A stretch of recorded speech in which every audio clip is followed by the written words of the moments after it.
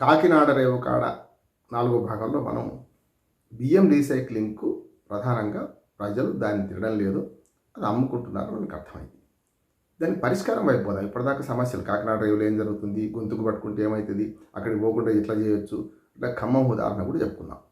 ఇప్పుడు 4వది ఏంటంటే ఈ రీసైక్లింగ్ కాకుండా అసలు బియ్యం ఫిజికల్గా సప్లై చేసుడు ఆపితే ఎట్లా ఉంటుంది, దీని బదులు ప్రత్యామ్నాయంగా ఇవే డబ్బులను ఆ రేషన్ షాప్ ఓనర్కి ఇస్తే ఎట్లా ఉంటుంది, మన రేషన్ కార్డు ఉన్న వాళ్ళకి ఇస్తే ఎట్లా ఉంటుంది అనేది మనం మాట్లాడుకుందాం.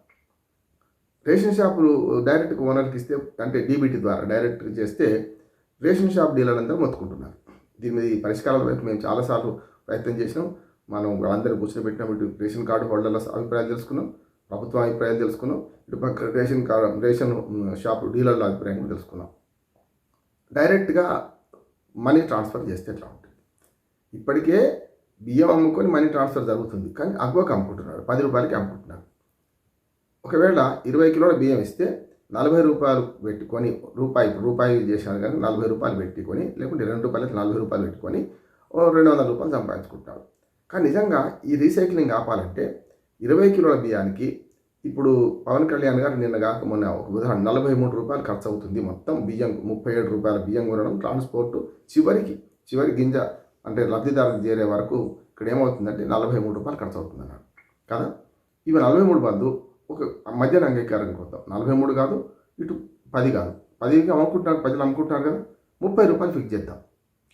మేము సేకరణ ధర ఎంత ఉందో అంతకంటే 5 రూపాయలు తక్కువ చేసి, అంటే ఇవన్నీ ట్రాన్స్పోర్ట్ ఇవన్నీ ఉండవు కనుక మనం డైరెక్ట్గా రైస్ మిల్లు నుంచి మనం వచ్చిన తర్వాత దాన్ని తీసుకోవడానికి ఎంత ఖర్చు పెడుతున్నారు, 36 రూపాయలు ఇస్తున్నారు. ఇప్పుడు 30 పెట్టుకుందాం ధర, 30 రూపాయల చొప్పున మీకు 20 కిలోల ఉచిత బియ్యానికి పరిహారంగా 600 రూపాయలు మీకు ట్రాన్స్ఫర్ చేసేస్తాను, రెండు లేదా అనొచ్చు.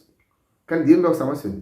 ముఖ్యంగా కమ్యూనిస్టులు వాళ్ళని వ్యతిరేకించిందంటే ఆహార భద్రత కల్పించాలంటే ఆహారం ఇవ్వాలి, కానీ ఇట్లా డబ్బులు ఇస్తే మళ్ళీ ఇదే వైన్ షాప్ నేను చెప్పిన లక్ష్మీ వైన్ ఖమ్మం లక్ష్మీ వైన్స్ ఉదాహరణ చెప్పిన కదా, ఈ 600 రూపాయలు తాగేస్తాడు. 200 వచ్చినప్పుడే తాగేసినప్పుడు, 180 వచ్చినప్పుడు తాగేసినప్పుడు 600 వస్తే ఇప్పుడు 6 రోజులు క్వార్టర్ బాటిల్గా తాగేస్తాడు కదా అనే విమర్శ వస్తుంది. కరెక్టే. డబ్బు పంపిణీ వాళ్ళు ఈ నష్టం ఉందని మనకు అర్థమవుతుంది. డైరెక్ట్గా ఈ డబ్బుని దేనికైనా వినియోగించవచ్చు కదా. కుటుంబ యజమాని పేరు మీద, లేకుంటే రేషన్ కార్డు హోల్డర్ పేరు మీద 600 రూపాయలు, నేను చెప్పేది 20 కిలోల బియ్యానికి 30 కాడికి చెప్తున్నాడు, వేస్తే ఆ 600 రూపాయలను ఏదైనా వేరే దానికి మద్యం కొనుక్కోవడంతో సహా ఇతరత్ర వినియోగిస్తారు. ఆ పోషకాహారం ఇవ్వడం కదా ఉద్దేశం. గతంలో పనికి ఆహార పథకాలు 2 సార్లు వచ్చినాయి. ఈ 77లో జనతా ప్రభుత్వం ఉన్నప్పుడు పనికి ఆహార పథకం ప్రవేశపెట్టి గోధుమలు ఇచ్చింది. అవి ఇంతే, గోధుమలు సరిగ్గా తినడం. దక్షిణ భారతదేశంలో గోధుమలు తినరు. అప్పుడు ఎన్టీ రామారావు రాలే, బియ్యం పథకం లేదు, 2 రూపాయలకు ఉచిత బియ్యం, 2 రూపాయలకు రేషన్ బియ్యం లేవు, గోధుమలు ఇచ్చారు. గోధుమలు ఎవరు తినలేదు. దాని గోధుమలు అమ్ముకున్నారు చాలామంది పేద ప్రజలు. గోధుమలు అమ్ముకుని బియ్యం కొనుక్కున్నారు, లేకపోతే ఇతరత్ర వేరే వస్తువులు కొనుక్కున్నారు, వేరే జొన్నలు అటువంటి కొనుక్కున్నారు. ముఖ్యంగా మెట్ట ప్రాంతాల్లో జొన్నలు తినాలి వాళ్ళు. ఇప్పుడు ఏమైంది, ఒకవేళ నిజంగానే అట్లా ఇస్తే ఈ డబ్బులు వేరే దానికి పోతాయి. మరి ఏం చేయొచ్చు పరిష్కారం అంటే, ఇంకొక పరిష్కారం ఉంది. ఎప్పుడైతే డబ్బులు ఇవ్వకుండా కూపన్ పద్ధతి ఒకటి ప్రవేశపెట్టమని ప్రభుత్వాన్ని వినతి చేసినాం, ఒక సూచన చేసినాం. ఏమనంటే, ఇప్పుడు రేషన్ షాపు 600 రూపాయలు, నేను అంటున్న 600 రూపాయలు లెక్క పెట్టుకుందాం, 20 కిలోలకు 30 చొప్పున. ఈ 600 రూపాయలకు కూపన్ ఇస్తాం. కూపన్ అంటే గతంలో రెగ్జాలో సబ్బులది ఒక స్కీమ్ ఉండే. 10 సబ్బుల కూపన్లు ఇస్తే ఒక సబ్బు ఫ్రీ ఇచ్చేవాళ్ళు. 10 సబ్బుల రేపర్స్ ఉంటాయి కదా, ఈ పేపర్స్ అన్నీ కలెక్ట్ చేసుకొని 10 సబ్బులు వాడినట్టు ఇవి తీసుకెళ్ళి ఒక కిరాణా షాపులు ఇచ్చేస్తే వాళ్ళు ఒక సబ్బు ఫ్రీగా ఇచ్చేవాళ్ళు. లేకుంటే 25 పైసలు చొప్పున, ఎన్ని కూపన్లు ఇస్తే 25 పైసలు చొప్పున 4 కూపన్లు ఇస్తే రూపాయి ఇచ్చేవాడు వెనక్కి. ఇట్లా గతంలో జరిగింది. సబ్బే ఎక్కువ, ఎందుకంటే సబ్బు మార్పిడి అయితే వాళ్ళకు ఇంకో సబ్బు ఎక్కువ అమ్మడిపోతుంది. ఇట్లా చేసేవాళ్ళు. అదైతే రెగ్జోలా సబ్బు కూపన్లు ఎట్లానో ఇప్పుడు ఏం చేయాలంటే, రేషన్ షాప్ డీలర్ దగ్గరికి ఈ కూపన్ తీసుకెళ్తే మంచి బియ్యం ఏదైనా ఇస్తాడు. రేషన్ షాప్ డీలర్లు ఇప్పుడు ఓన్లీ బియ్యము, కందిపప్పు, చక్కెర అమ్మరిగా. అప్పుడు విలేజ్ మాల్స్ అనే ఒక కాన్సెప్ట్ తీసుకొచ్చినాం. అంటే రేషన్ షాప్ డీలర్ కూడా గొడవ పెట్టింది ఏంటంటే, మాకు ఉద్యోగాల కంటే ఎక్కువసారి మా ఎంప్లాయ్మెంట్ కార్డుతో సహా తీసుకొని, మాకు ఈ డిగ్రీ సర్టిఫికెట్లు అవన్నీ తీసేసుకొని, మా ఉన్న ఎస్ఎస్సి కావచ్చు ఏదైనా చదువు సర్టిఫికెట్ తీసుకొని మాకు ఉద్యోగం ఇచ్చేంత పనిచేసిండ్రు, మీరేమో డైరెక్ట్ మన మనీ ట్రాన్స్ఫర్ చేస్తే మా ఉద్యోగాలు పోయినట్టే కదా, మా రేషన్ షాప్ సంగతి ఏంది అని అడిగారు. అందుకని రేషన్ షాప్ డీలర్లకు నష్టం కాకుండా, ప్రభుత్వానికి నష్టం కాకుండా, బియ్యం రీసైక్లింగ్ కాకుండా ఇంకొక పద్ధతి మేము చెప్పినాం. ఇది కూపన్ల పద్ధతి. అంటే ఒక కూపన్ ఇచ్చి రూ. 600 ఈ మనిషికి రామయ్య అంటానికి రూ. 600 20 కిలోల బియ్యం దీనివల్ల ఇస్తున్నాం. ఈ కూపన్ను మీరు రేషన్ షాప్లో చెల్తుంది. ఎక్కడ పడితే వైన్ షాప్లో చెల్లదు ఈ కూపన్, రేషన్ షాప్ పోతేనే చెల్తుంది. రేషన్ షాప్కి వెళ్ళి ఏం చేయొచ్చు అంటే ఈ కూపన్ ఇచ్చి ఆయనకి ఇష్టమైన నూనె, ఉప్పు, పులిపికాయలు అన్నీ కొనుక్కోవచ్చు. ఒక బియ్యమే కొనడం లేదు. బియ్యం కొనుక్కుంటే కూడా మార్కెట్ రేట్ కొనుక్కోవాలి. మార్కెట్ రేట్ కంటే 30 సన్న బియ్యం 40-50 ఉంటే దొడ్డు బియ్యం అయితే 30-35కి వస్తుంది.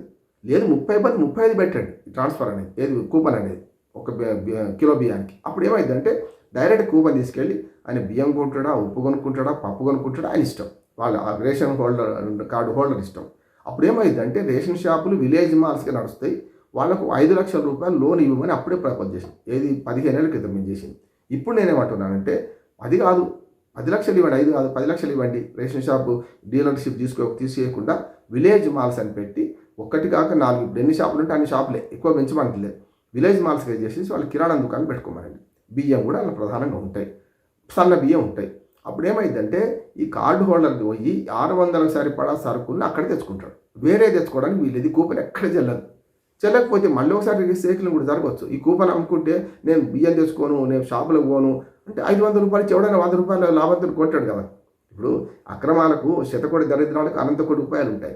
నేను అది ఎట్లా తప్పదు. కానీ బియ్యం సేకరణ, ఈ సేకరణ తర్వాత ఇన్ని ఖర్చులు, ఇవన్నీ 43 రూపాయలు ప్రభుత్వం మీద పడ్డం, ఇవన్నీ మరి కాకినాడ రేవు కాడికి పోవడం, ఇవన్నీ జరిగాయి కదా. అప్పుడు ఎవరు ఇష్టం ఉంటే వాడు కొనుక్కుంటాడు. సన్న బియ్యం పండిస్తారు, అప్పుడు సన్న బియ్యం తింటే.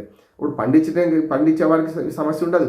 ఈ ఎఫ్సిఐ సేకరణ, మళ్ళీ మురిగిపోవడం, పందులు, ఎలుకలు, పందికొక్కులు ఇవన్నీ తింటున్నాయి కదా. అసలు పందికొక్కులు, ఎలుకలు నేను స్పష్టంగా చెప్తున్నా. సివిల్ సప్లైస్ వాళ్ళు నా మీద కేసు పెట్టినా సరే సివిల్ సప్లైస్ అధికారి కింది స్థాయి ఎవరైతే బియ్యాన్ని మన సంచులు నింపుతారో అక్కడి నుంచి మొదలుకొని పై దాకా సివిల్ సప్లైస్ పై ఆఫీసర్ల దాకా గట్టిగా మాట్లాడితే రాజకీయ నాయకుల దాకా అందరికీ ఎవరి తిలాపాపం తలాపిడికలు అందరికీ ఉన్నాయి. వీళ్ళు సివిల్ సప్లైస్ అధికారులను పట్టుకుంటే ఒక్కొక్కరు కింది స్థాయి ఉద్యోగులు ఇల్లు కట్టిన వాళ్ళు ఉన్నారు, పై స్థాయి దాకా మోసాలు చేసిన వాళ్ళు ఉన్నారు. అందుకని ఏం చేయాలంటే ఈ మొత్తం వ్యవస్థను చిన్నాభిన్నం చేయాలి, ఈ మొత్తం తీసేయాలి. సంస్కరణ అంటే మొత్తం ఈ గొంగట్లో కూర్చొని ఎంటికలు వేసుకుంటాం, గొంగట్లో కూర్చోవద్దు, గొంగటి తీసేద్దాం, బ్లాకెట్ మార్చేద్దాం. ఇప్పుడు చేయాల్సింది ఏంటంటే కూపన్ల ద్వారా 600-700 ఎంత ఇస్తారో మీరు ఒక కార్డు హోల్డర్కు వాటిని బియ్యం కొనుక్కుంటాడా, ఉప్పు కొనుక్కుంటాడా, విలేజ్ మాల్స్ పెట్టించి రేషన్ షాప్ డీలర్ని తీసేయొద్దు, ఇటు పక్క ప్రజలను ఆగం చేయొద్దు, డైరెక్ట్ కొనుక్కొనియండి. అప్పుడు ఏమైందంటే కాకినాడ రేవు కాడికి పోయి అవసరం ఉండదు. ఈ బియ్యం రీసైక్లింగ్ కానే కావు, బియ్యాన్ని అమ్ముకుంటే ఉంటాడు. అప్పుడు ఎగుమతులు దిగుమతులకు విధానం మార్చాలి. అప్పుడు ఏమైందంటే ఈ మిగిలిన బియ్యం ఏం చేస్తాం, మరి ఎఫ్సిఐ తీసుకోవడం ఏం చేస్తుంది కదా, మరి కొనాలి కదా రైతుల దగ్గర నుంచి. ఈ బియ్యాన్ని ఎగుమతి చేసుకోండి, అఫీషియల్గా ఎగుమతి చేసుకోండి. అక్రమ రవాణా అరికట్టాలంటే రేషన్ షాప్ వ్యవస్థలో, ప్రజా పంపిణీ వ్యవస్థలో నేను చెప్పిన సంస్కరణలు ఏది తీసుకొచ్చినా సాధ్యమవుతుంది. సమస్య వర్ణన కాదు, సమస్యకు పరిష్కారం కావాలి, మనం కోరుకోవాలి. సమస్యకు పరిష్కారం ఇది ఉంది, ఇంతకంటే మంచి పరిష్కారం ఉంటే చేయండి, నష్టమే లేదు. నమస్కారం.